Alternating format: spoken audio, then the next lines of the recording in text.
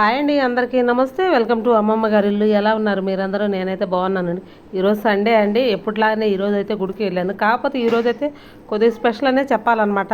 అందుకని 9 గంటలకల్లా గుడికి అయితే వచ్చానమాట. చూడండి అమ్మవారు వీడియోలో ఎలా ఉన్నారో చాలా బాగా అనిపిస్తుంది కదా చూడటానికి కూడా.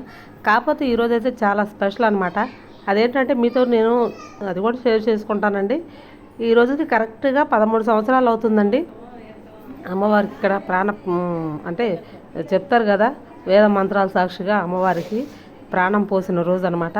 మే 31 వస్తే చాలా బాగా చేస్తారనమాట. ఇంకా వీడియోలో కనిపిస్తుంది కదా, తనేనండి గుడి తరపున చాలా కష్టమైతే చేస్తుంది పాపం.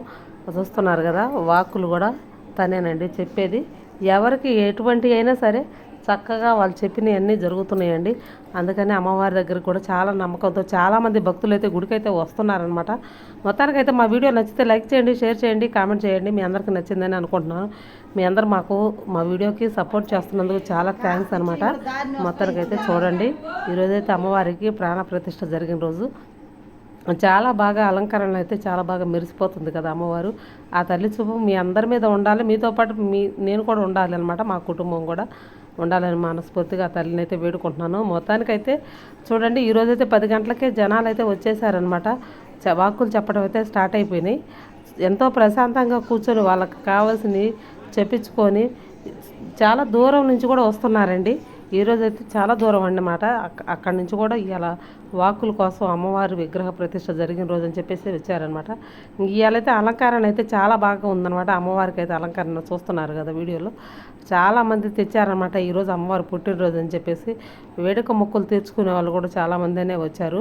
చాలా బాగా జరిగిందండి మొత్తానికైతే. కానీ చెప్పినంతసేపట్లో ఈరోజు వంట అయితే చేయడానికి మాకైతే తీరలేదనమాట. అందుకనే వంట మనుషులను పెట్టాము, వాళ్ళే ప్రిపేర్ చేస్తున్నారండి. ఈ వాక్కులు చెప్పినంతసేపట్లో వంటలు కూడా రెడీ అయిపోయాయండి. దినదిన అభివృద్ధి చెందాలని చెప్పేసి మనస్ఫూర్తిగా కోరుకుంటున్నాను. గుడి అయితే చాలా సందడిగా మారింది భక్తులందరితోటి. చాలా బాగా అయితే వాళ్ళకి నమ్మకం ఉండబట్టే ఇంత దూరం వస్తున్నారండి. అందుకని అది కూడా మనం కూడా అర్థం చేసుకోవాలన్నమాట. మొత్తానికైతే ఈరోజైతే పూజ అయితే ఇలా గడిచిపోయింది. ఇక అమ్మవారికి అయితే హారతి ఇచ్చేసి ఇంకా భోజనాలకైతే రెడీ అయిపోయామన్నమాట.